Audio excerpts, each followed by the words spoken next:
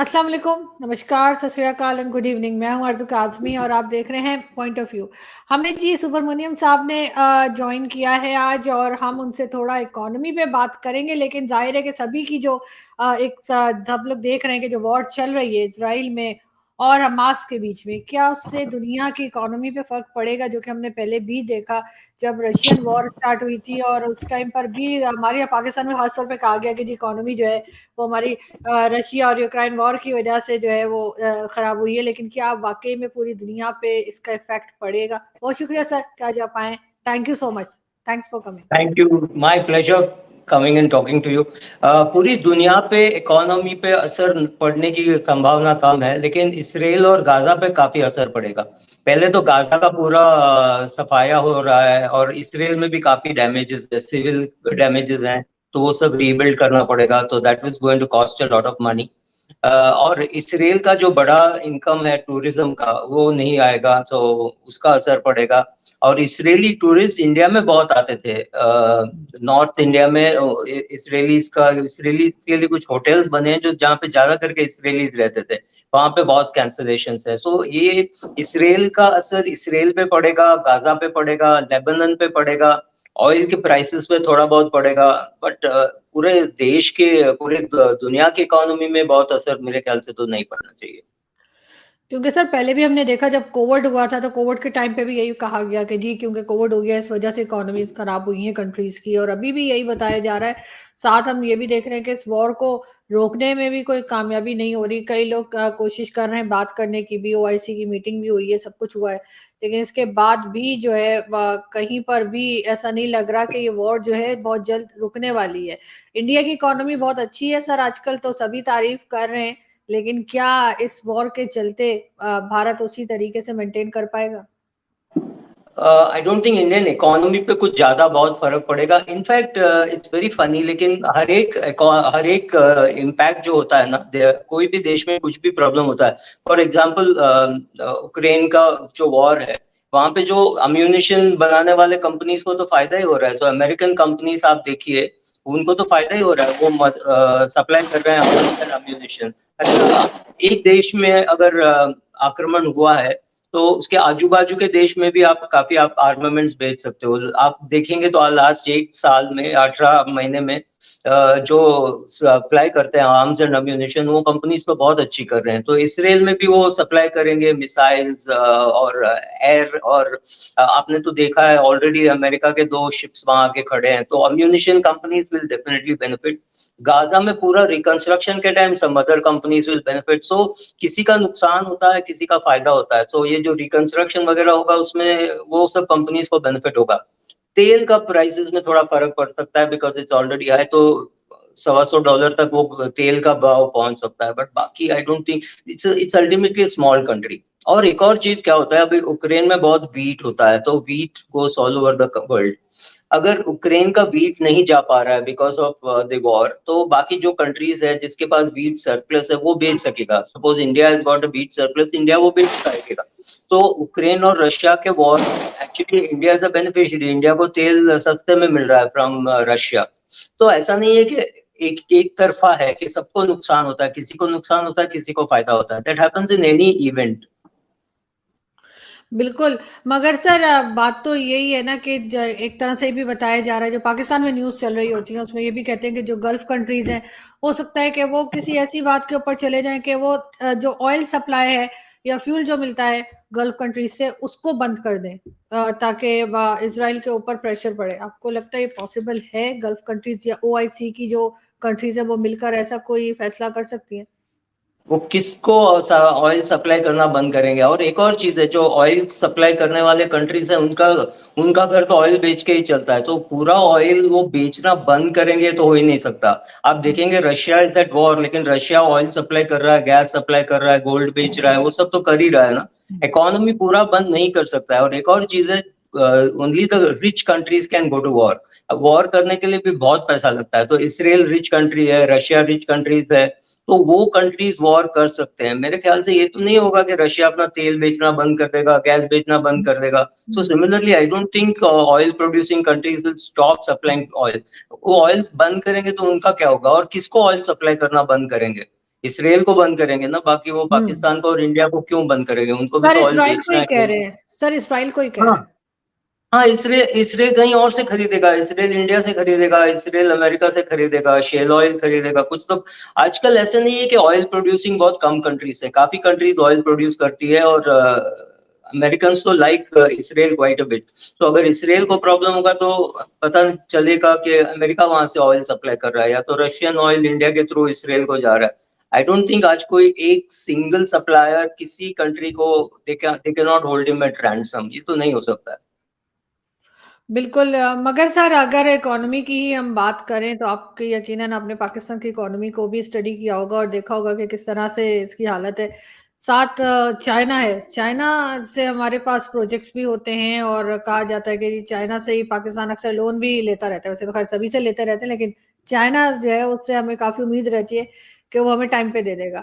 तो सर पाकिस्तान की इकोनॉमी को आप किस तरह देखते हैं? और साथ चाइना के लिए भी बात की जाती है अक्सर कि चाइना की इकोनॉमी भी खराब हो रही है, तो उसका क्या रीजन है? देखिए, सरकार का यही काम है कि वो एक ऐसा वातावरण बनाए जहाँ पे लोग आकर के काम कर सकें। सरकार कुछ करती नहीं है। So they have to create a atmosphere कि वहाँ लोग काम कर रहे हैं। अगर नरेंद्र मोदी ने इंडिया में ऐसा एटमॉस्फेयर किया है जहाँ के अंबानी, अडानी, टाटा या कोई फॉरेन कंपनीज, मैकडोनल्ड सब यहाँ आकर के काम कर पा रहे हैं, तो एक वातावरण प्रोवाइड करना हमारा काम है, सरकार का काम है। उसके आगे एंटरप्रेन्योर्स हैव टू वर्क। सो पाकिस्तान के जो बिजनेसमैन है वो पाकिस्तान में निवेश करें और पाकिस्तान से काम करें। पाकिस्तान के लोग तो मेहनती हैं, काम भी करेंगे।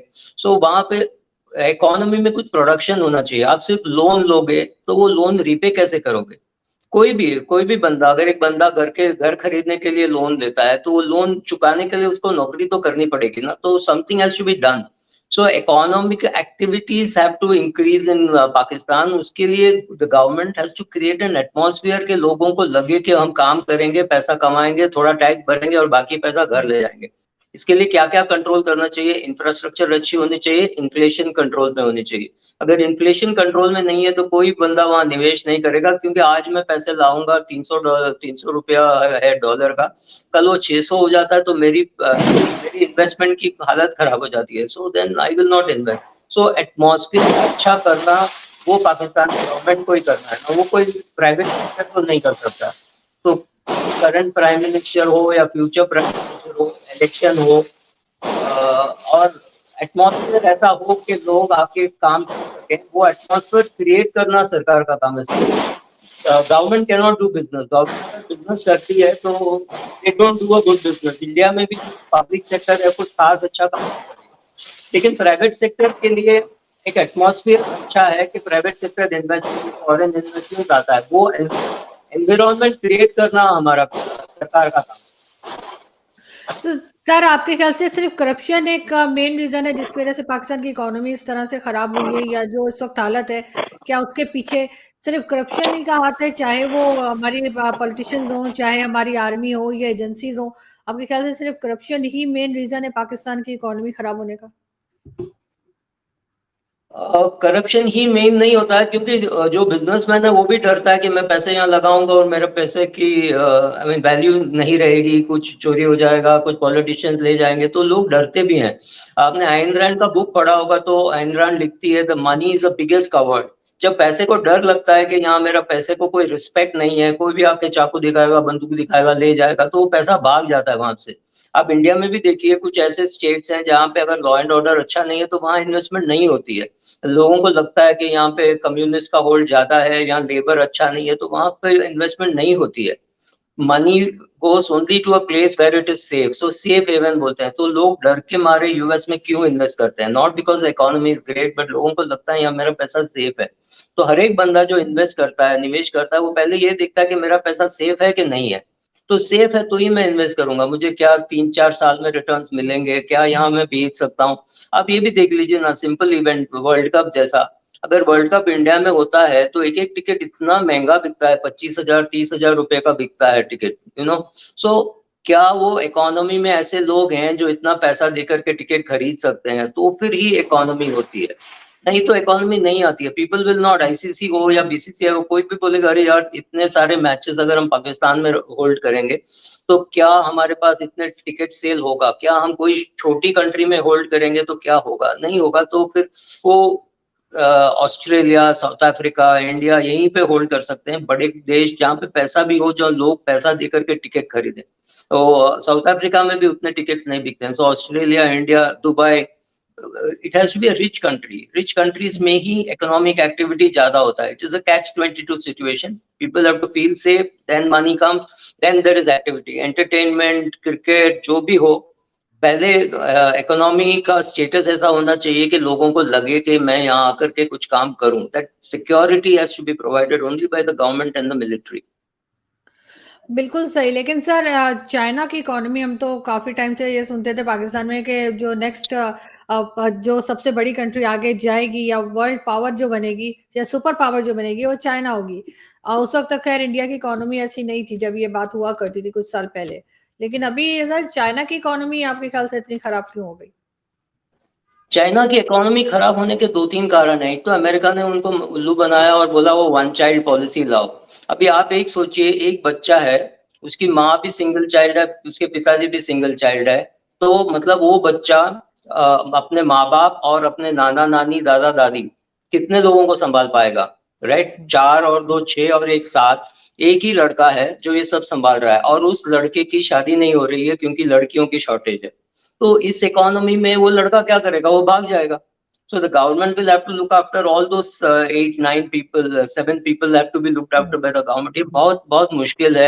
So government को कुछ तो करना पड़ेगा, because उसकी एवरेज एज की प्रॉब्लम एक है, एक बड़ा है। दूसरा प्रॉब्लम ये है कि उसकी इकोनॉमी में भी जो कंस्ट्रक्शन हुआ है, बहुत सारा कंस्ट्रक्शन हुआ है जिसका कोई लेने वाला ही है नहीं। तो आपने गलती से आपने, सरकार ने सोचा इतने सारे मकान खड़ी कर दो। अभी इंडिया में इतने सारे मकान खड़ी नहीं होती है क्योंकि वो बेचेगा नहीं, तो वो बंदा पैसा नहीं दे पाएगा। लेकिन अगर सरकार का है तो उसको कुछ सोचना नहीं पड़ता है, मैं कितने में बांध रहा हूँ, कितने में बिकेगा, मुझे पैसा कितना रेट में मिलेगा। तो अगर 1%, 2% के रेट में पैसा मिलता है बैंक से, चाइनीज बैंक से, तो लोगों ने बहुत इंफ्रास्ट्रक्चर खड़ा कर दिया है। अभी वो इंफ्रास्ट्रक्चर यूज करने वाला कोई नहीं है, बच्चे नहीं है, बच्चे माइग्रेट कर रहे हैं, यूएस से, चाइना से पैसा बाहर जा रहा है। So with all this China has problems, but इतने भी प्रॉब्लम नहीं है जितना हम एग्जैजरेट करते हैं। मोस्ट इंपॉर्टेंट थिंग, हमको चाइना के बारे में पूरा सच कभी बाहर नहीं आता है, तो कुछ कुछ जो इन्फॉर्मेशन आता है, on that basis you have to make some decision. और अच्छा, दूसरा, पूरा दुनिया को डर ये लगा कि कोविड के टाइम क्या हो गया, तो चलो हम चाइना से थोड़ा प्रोडक्शन बाहर कर लें। सो और चाइना में wages are very high, at least 4-5 times higher than the wages in India. तो लोग यहाँ पे मैन्युफैक्चर करना ज्यादा पसंद करेंगे, क्योंकि अगर इकोनॉमीज ऑफ स्केल भी नहीं है चाइना के साथ, और चाइना अगर यूएस के साथ झगड़ा करने पे तुला है हर छोटी बात पे, तो कौन सा अमेरिकन कंपनी वहां निवेश करेगा? तो निवेश कम हो गया, लोगों की शॉर्टेज है, एवरेज एज बढ़ रहा है। तो चाइना का प्रॉब्लम शायद 2023 में उतना नहीं है, लेकिन 2030, जो 2033 में से ज्यादा होगा। वो देखते हुए, सेम थिंग जो मैंने कहा, पैसा भाग जाता है। पैसे को जब डर लगता है या मुझे रिटर्न नहीं मिलेगा, तो पैसा भागता है। That is the problem happening in China also. लेकिन सर बात सिर्फ चाइना की नहीं है, इकोनॉमी तो अमेरिका की भी खराब हो रही है। इसलिए कि अगर आप चलें चाइना को कहें कि अमेरिका ने उसे मिसगाइड किया या अमेरिका ने गलत एडवाइस किया, लेकिन अमेरिका में भी जो लोग रहते हैं उनका यही कहना है कि अमेरिकन इकोनॉमी का भी बुरा हाल है। वो उसकी क्या रीजन हो सकती है? नहीं, अमेरिकन कंपनीज का 1 मिनट के लिए मान लेते हैं बुरा हाल है, लेकिन पूरे देश में, पूरे इकोनॉमी में कहीं भी जाओ, आप वियतनाम जाओ, थाईलैंड जाओ, इंडिया जाओ, पाकिस्तान जाओ, और बोलो अमेरिकन वीजा मिल रही है, वहां तो लंबी लाइन लगती है ना। So the greatest talent is still attracted by US. शायद 10 साल बाद में ये यही कहानी अलग होगी, लेकिन एज ऑफ टुडे उसके इंस्टीट्यूट, उसके हार्वर्ड, येल वगैरह, आप सब बोल सकते हो वहां कुछ कुछ थोड़ा सा प्रॉब्लम है, बट स्टिल दुनिया का हर स्टूडेंट चाहता है कि वो हार्वर्ड में पढ़े, येल में पढ़े। क्या ऐसा कोई पाकिस्तानी फैमिली है जहाँ बोले, बच्चा बोले मुझे हार्वर्ड में एडमिशन मिल गया, और माँ बाप बोले नहीं, हम तुमको नहीं भेजेंगे? It is impossible. So the brands are there, big brands are there, ability to attract talent. India का बेस्ट टैलेंट चाहती है कि वो यूएस में जाए, पाकिस्तान का बेस्ट टैलेंट चाहती है कि वो पाकिस्तान यूएस में जाए। तो यूएस को प्रॉब्लम हो सकती है, लेकिन यूएस ने बहुत बार दिखाया है that they have the ability to come out of the problem. पुराना पैसा हो या कुछ भी हो, they have the ability to, they have got brands. 10 रुपए की चीज वो $10 में बेच सकते हैं because of the brand power. तो वो सब तो उसको हेल्प करेगा। Maybe they will deteriorate. Maybe today they are 50% of world economy. They will become 48. But वो घटने का मेरे लाइफ टाइम में तो दिखता नहीं है। घटेगा बट बहुत कम नहीं होगा। ये तो लोग ये मानते हैं कि डॉलर वीक हो जाएगा। डॉलर शायद वीक हो जाएगा, लेकिन डॉलर को रिप्लेस करने को कोई और economy, it has to be a big economy doing well, it has to be a rich country. At least 15-20 हजार डॉलर पर कैपिटा इनकम वाली कंट्री उसको रिप्लेस कर सकती है। तो मेरे को तो मुझे तो नहीं लगता है कि कोई रिप्लेसमेंट दिखता है। डिटेरियोरेशन हो सकती है, but I don't think American economy is under great threat. No, at least हम इंडिया और पाकिस्तान में बैठ के अमेरिकन इकोनॉमी की चिंता ना करें तो अच्छा है। We have enough problems at home. और हमने आधा पाकिस्तान तो अमेरिका पहुंचा ही दिया है ना, तो हमें तो चिंता करनी पड़ेगी, क्योंकि यहाँ से ज्यादा पाकिस्तानी तो अमेरिका में रहते हैं। और वो वहां से जो बताते हैं तो वो सुनकर तो यही लगता है कि पहले जैसी हालत नहीं है, जो पहले इवन यूरोपियन कंट्रीज की नहीं है, जहाँ पे कहते हैं कि जी फ्री एजुकेशन है, फ्री हेल्थ सर्विसेज है। वहां पर भी हिंदुस्तानी पाकिस्तानी इतनी ज्यादा तादाद में है कि अब उन लोगों को भी प्रॉब्लम हो रहा है कि वो किस तरह से सबको हर चीज प्रोवाइड करें। तो कहीं ना कहीं तो सर हम लोगों का हाथ है ना इकोनॉमी खराब करने में, चाहे कहीं की भी हो। तो आपका क्या ख्याल है? वाकई में ऐसा है कि लोग बहुत ज्यादा यहाँ से अपनी कंट्री से उठकर किसी दूसरी देश में चले गए हैं, लोगों को यहाँ पे इतना ट्रस्ट नहीं रहा। खास तौर पे पाकिस्तान की बात कर रही हूँ कि लोगों को लगता है कि कभी भी कुछ हो जाएगा तो यहाँ से निकल जाना चाहिए। क्या यहाँ से निकल जाना बेहतर डिसीजन है, या आपको लगता है कि नहीं कुछ पाकिस्तान में भी कुछ हो सकता है? सिर्फ पाकिस्तान में नहीं हो सकता ऐसी तो बात नहीं है। There must be something in the Pakistani economy जिसके वजह से मतलब टूरिज्म डेवलप हो, कुछ तो हो, कुछ तो किसी को तो करना पड़ेगा। But you need a very strong prime minister और a very strong army, somebody will take charge and say ठीक है कॉमन मैन पे कोई असर नहीं पड़े। आप मतलब इतना इन्फ्लेशन नहीं, वो सब करना पड़ेगा। India is in a slightly better position क्योंकि इंडिया से जो जाते हैं वो वापस भी आते हैं, इंडिया में बिजनेस करते हैं, वहां से पैसा ला करके यहाँ निवेश करते हैं। तो एफडीआई इंडिया में आ रहा है, तो शायद गंगा कभी उल्टी भी बहेगी कि जो इंडियंस वहां 10-20 साल से हैं वो यहाँ आकर के कुछ बिजनेस करना चाहें। बट उसके लिए एटलीस्ट नरेंद्र मोदी साहब ने एक अच्छा एटमॉस्फेयर क्रिएट किया है। लोग चाहते हैं कि इंडिया में आके कुछ पढ़ें, कुछ काम करें, कुछ स्कूल्स कॉलेजेस सेटअप करें, इतने नए आईआईटीज आईआईएम सेटअप करें, तो वो हो रहा है। तो जो बच्चा यहाँ पढ़ेगा, हाँ 10% शायद बाहर जाएंगे बट उससे ज्यादा नहीं जाएंगे, तो इंडियन इकोनॉमी में भी वो लोग काम करेंगे और कुछ तो स्पोर्ट्स होगा। देखिए जब कंट्री की इकोनॉमी डस वेल तो स्पोर्ट्स रिलेटेड बिजनेसेस भी बढ़ती हैं। अभी इस लेटेस्ट गेम्स में 100 मेडल्स मिले हैं, वो क्यों मिला? Because economy is doing well. तो अगले कोई भी गेम्स में हमको तो यही लगता है कि चलो 110 मिलेगा, 120 मिलेगा, तो उसके रिलेटेड इकोनॉमिक्स भी होते हैं। You know, so stadium setup करना, इतने लोगों को ट्रेनिंग देना। आप देखिए आईपीएल में अगर 15 टीम है तो 15x20 300 बच्चों को वहां कैरियर बन रहा है। तो उसके रिलेटेड फिजियोथेरापिस्ट, डॉक्टर, वो सब all that adds to the economy. So तरह तरह की इकोनॉमीज हैं। अभी मंदिर इकोनॉमी है in the sense that lots of visitors बाहर से आएंगे और मंदिर देखने को आएंगे, अभी अयोध्या में आएंगे। So all those things will all help. So ऐसा नहीं कि सब जो बाहर जा रहे हैं वो वहीं रह जाएंगे। कुछ सॉफ्टवेयर का काम है जो यहाँ से हो सकता है, कुछ हार्डवेयर का काम है जो यहाँ से भी हो सकता है, वहां से भी हो सकता है। कुछ लोग जाएंगे, कुछ लोग वापस भी आएंगे, कुछ लोग यहाँ पे निवेश करके यहाँ भी करेंगे। सो इंडिया को वो उतना प्रॉब्लम नहीं है। हाँ लोग जा रहे हैं वो अच्छी बात नहीं है, लेकिन लोग वापस भी आ रहे हैं, उल्टी भी गंगा बहती है कभी कभी। So I don't think we are that badly off. हाँ पाकिस्तान को एटमॉस्फेयर डेफिनेटली सुधारना पड़ेगा, नहीं तो जो अपर क्लास है पाकिस्तान में वो तो बाहर भाग ही जाते हैं, बहुत कम यहाँ रहते हैं। मतलब एक बच्चा तो डेफिनेटली बाहर चला ही जाता है।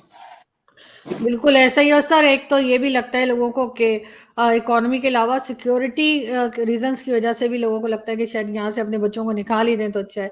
जो कुछ होता रहता है, चाहे अफगान पाकिस्तान बॉर्डर पर हो या केपी के बॉर्डर पे, जो आपने देखा है कि हंगामा रहता है टीटीपी का और दूसरी चीजें, तो उसकी वजह से भी शायद पेरेंट्स चाहते हैं कि चलो इनको एक ऐसी जगह पे डर पहुंच, लगता कोई डर ना, डरते पेरेंट्स है, बिल्कुल। डर जाते हैं ना ये आजकल। पहले शायद 7-8 बच्चे होते थे तो एक कोई अटैक में मर गया तो चलेगा, फिर भी आज तो एक एक बच्चा है तो कोई उसको चाहेगा भी नहीं कि उसका एक बच्चा है उसको कुछ हो जाए। So they are more scared. I mean I am sure as the population reduces ना तो आपको आर्मी के लिए भी लोग कम मिलेंगे, कोई और काम के लिए भी लोग कम मिलेंगे। जहां भी डर लगता है लोग कहेंगे अरे तू मेरा एक ही बच्चा है तू मत जा। So shortage of people, population going down, वो सब है ही। तो जो अच्छे लोग हैं जो पढ़ सकते हैं, जो अच्छे इंजीनियर बन सकते हैं, डॉक्टर बन सकते हैं, वो तो भाग ही जाएंगे ना। वो क्यों रहेंगे? कोई नहीं रहता। जैसा मैंने कहा ना, मनी इज अ कवर्ड। पैसा वहां नहीं रहता है जहाँ पे एटमॉस्फेयर अच्छा नहीं हो। तो लोग ये चाहेंगे कि मैं यूएसए में पैसा रखूं, मुझे 5% मिलेगा सालाना तो इट्स ओके। बट अगर मैं इंडिया में रखूं तो मुझे 7% चाहिए, अगर मैं पाकिस्तान में रखूं तो मुझे 12% चाहिए। ये जो एक्स्ट्रा जो मांग रहे हैं that is called risk premium. हम ज्यादा रिस्क प्रीमियम मांगते हैं। तो अगर मैं अच्छा खासा नौकरी कर रहा हूँ यूएस में और मेरी कंपनी बोलती है तुम जाओ थोड़े दिन पाकिस्तान में रहो, तो मैं तो हार्डशिप अलाउंस मांगूंगा कि मैं पाकिस्तान में रहूंगा, मैं रिस्क ले रहा हूँ तो मेरा पगार डबल कर दो। कुछ तो मैं मांगूंगा ना हार्डशिप अलाउंस। तो उसके वजह से cost of operating in Pakistan goes up much more than it is in US. तो कौन इन्वेस्ट करेगा? इंडिया में वो रिस्क प्रीमियम थोड़ा कम है। 5% अगर है यूएस में तो 7 इंडिया में है और 12-13 है पाकिस्तान में। So it's very difficult for me to explain to somebody why they should invest in Pakistan. ये प्रॉब्लम है। तो पैसा, टैलेंट, कोई भी चीज अट्रैक्ट करने के लिए वो अच्छा एक एटमॉस्फेयर क्रिएट करना पड़ता है। सो एटमॉस्फेयर क्रिएट करोगे तो पैसा आएगा, पैसा आएगा तो एटमॉस्फेयर क्रिएट कर सकोगे। चिकन और एग का ही प्रॉब्लम है। पहला क्या करोगे? So stability. If you see what Modi has given is stability. तो आप बॉम्बे में बैठे हो, काम कर रहे हो, आपको कोई डर नहीं लगता है कि क्या होगा। So you can concentrate. आप ये सोचिए ना, अगर आपका घर इसराइल में भी है या गाजा में भी है, हर रोज सुबह आप यही सोचोगे कि आज बॉम्ब गिर सकता है, तो आप कॉन्सेंट्रेट कैसे करोगे अपने इकोनॉमी पे या अपने काम पे? कौन चाहेगा? आज आज अगर मुझे वीजा मिल जाता है तो मैं तो नहीं चाहूंगा ना कि मैं इसराइल में टूरिस्ट बन के जाऊं। So true. Those are the problem. जब भी इंस्टेबिलिटी होती है तो of course there is a problem. आपके इमीडिएट लाइक यूक्रेन से आज गेहूं बाहर नहीं जा रहा है। So that is of course one problem. Other problem is जो लोग बैठे हैं वो भी काम पे कॉन्सेंट्रेट नहीं कर सकते हैं। दे आर ऑल वरीड के अगला अटैक कहाँ होगा, बॉम्ब कहाँ गिरेगा। So same thing in Pakistan also. Unless you can create a very nice atmosphere, your own people will leave. बाहर से टैलेंट और मन पैसा अट्रैक्ट नहीं हो सकता। पैसा आ भी जाए, unless you add value to that money। आपने 7% पैसे बोरो किया, अगर आप उसमें से 9-10 नहीं कमाओगे तो फायदा क्या? Right? So that stability is very important. Core stability is very important for any country. बिल्कुल आप ठीक कह रहे हैं सर, और यही पाकिस्तान को करना होगा, और खास तौर पे उन लोगों को जो पॉलिसी मेकर्स हैं पाकिस्तान के। Thank you so much sir कि आज आपने ज्वाइन किया, बहुत शुक्रिया। Thanks. Thank you. Thank you sir.